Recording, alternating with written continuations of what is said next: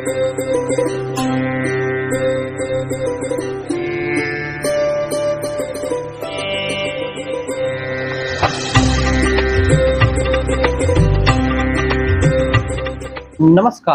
प्रिय दर्शकों, हाजिर हूं मैं। एक प्रश्न था, एक दर्शक का प्रश्न था कि पंडित जी, गणेश जी की मूर्ति हमने खरीदा है बहुत बार, उसमें कुछ लोग कहते हैं कि गणेश जी का सूंड दाहिने साइड अच्छा होता है, तो कुछ लोगों का कहना है कि बाएं साइड अच्छा होता है। तो हम कौन सी मूर्ति खरीदें? शास्त्रों का कथन क्या है? भाई ये प्रश्न आज का नहीं है, प्रश्न था आज से 1 महीने पहले का। किंतु हम बात करते हैं शास्त्रों से, हम बात करते हैं पुराणों से, तो खोजने में कुछ समय लगा। आज हाजिर हुआ हूँ आपके समक्ष यह बताने के लिए कि गणेश जी की सूंड किस तरफ होनी चाहिए, दाहिनी अच्छी है कि बाएं अच्छी है, कि सीधे रहे तब अच्छी है। तो देखिए, कुछ विद्वानों का कहना है कि गणेश जी की सूंड यदि दाहिने ओर हो तो बहुत बढ़िया है, क्योंकि ये माता लक्ष्मी का आकर्षण करते हैं।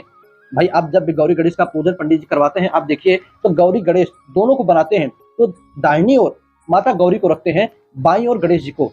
जब लक्ष्मी पूजन होता है दीपावली में, तब भी आप देखिए तो दाहिनी ओर माता लक्ष्मी बैठती हैं और बाईं ओर गणेश जी। तो ऐसे ब्राह्मणों का कहना है कि बाईं ओर गणेश जी बैठे हो और गणेश जी की सूंड दाहिनी हो, तो ऐसे गणेश जी माँ लक्ष्मी का आकर्षण करते हैं, माँ लक्ष्मी को खींचते हैं और आपके घर में स्थिर करते हैं। देखिए, ये सब सिर्फ कहने की बात है, शास्त्र का इससे कोई लेना देना नहीं, सिर्फ कहने की बात है। तो शास्त्र क्या कहता है? देखिए भाई, जहां तक मैंने खोजा पाया और अपने ज्ञान के अनुसार, तो गणेश जी की सूंड है वो चाहे जिस दिशा में रखे उससे कोई मतलब नहीं, चाहे सामने हो, चाहे बाएं हो, चाहे दाहिने हो, उससे कोई मतलब नहीं। हाँ, सिर्फ फल बदल जाता है। फल क्या बदलता है? मान लीजिए गणेश जी की सूंड दाहिनी ओर हो, देखिए गणेश जी की सूंड, वैसे दाहिनी मूर्ति कोई भी आप गणेश जी की देखिए, बड़ी मूर्ति, गणेश जी की सूंड दाहिनी ओर हो तो ऐसी सूंड टूट जाती है, जल्दी टिकती नहीं। अब क्यों? इसके पीछे क्या रीजन है या कोई नहीं जानता। जिन्हें भाई पता होगा वो बता दें, किंतु मुझे तो नहीं पता कि क्या रीजन है।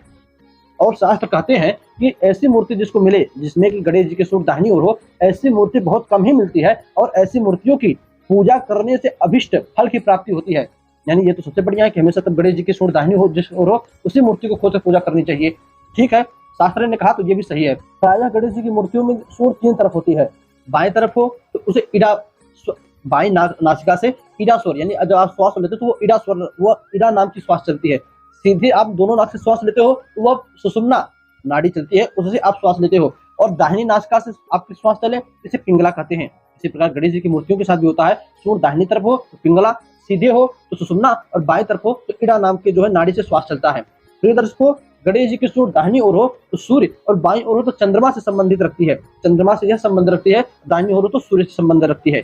इसी प्रकार यदि आप गणेश जी की सूंड दाहिनी ओर हो, ऐसे गणेश जी का पूजन करते हो, तो ऐसे गणेश जी आपको काम में विजय दिलाते हैं। आप जो भी काम करते हो उसमें आपको अच्छा खासा रिजल्ट मिलता है। आपके विघ्नों का नाश करते हैं। जो भी आपके ऊपर जो है, चाहे धन का संकट हो, चाहे आर्थिक स्थिति बेकार हो, चाहे पढ़ाई लिखाई की दिक्कत हो, वो दूर होता है, विघ्न विनाश करते हैं। ऐसे गणेश जी जिनका सूंड दाहिनी तरफ हो, आपके शत्रुओं की पराजय कराते हैं। कोई शत्रु आपका है तो आपसे हमेशा नीचे दब कर रहेगा, आपसे हार कर रहेगा। ऐसे गणेश जी उग्र शक्ति के लिए प्रधान देवता माने गए हैं, यानी किसी को जो है कोई नुकसान इत्यादि पहुंचाना हो, उग्र शक्ति, ऐसे गणेश जी का रूप उग्र होता है। तो भाई जब गणेश जी का रूप उग्र है तो हमें ऐसे गणेश जी की पूजा करनी चाहिए। हम तो पूजा कर रहे हैं सुख शांति के लिए, ऐसे गणेश जी की पूजा नहीं करनी चाहिए। तो साफ साफ बात निकलती है कि गणेश जी की सूंड दाहिनी ओर हो तो ऐसे गणेश जी का पूजन नहीं करना चाहिए। तरफ जिस गणेश जी की सूंड बाएं तरफ हो, ऐसे गणेश जी का पूजन करते हो तो ऐसे गणेश जी आपको शिक्षा देने वाले होते हैं, आपके धन का रास्ता खोलने वाले होते हैं, आपको धन प्राप्ति कराते हैं। आपका कोई व्यवसाय है, बिजनेस व्यापार है, उसमें आपको बिजनेस में तरक्की देने वाले होते हैं। ऐसे गणेश जी उन्नति,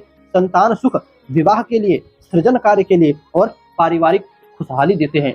प्रिय दर्शकों, और ऐसे गणेश जी हमेशा व्यक्ति के घर में सुख संपन्नता भरकर रखते हैं, शांति प्रिय रखते हैं।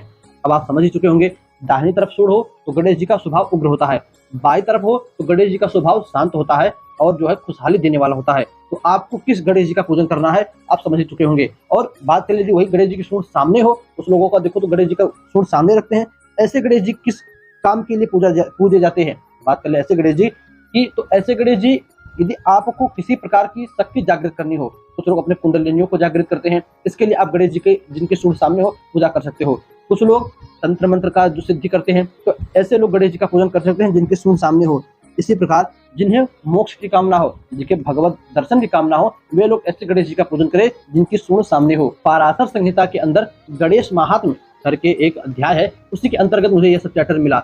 इसी में आगे लिखते हैं कि सिद्धि विनायक मंदिर में जो मुंबई में प्रसिद्ध मंदिर, भाई अब मैं तो कभी नहीं गया, आप गए हो तो आप देखो, लिखते हैं कि सिद्धिविनायक मंदिर में गणेश जी की सूंड दाहिनी ओर है, इसलिए वह मंदिर इतना प्रतिष्ठित है और आस्था का केंद्र बना है।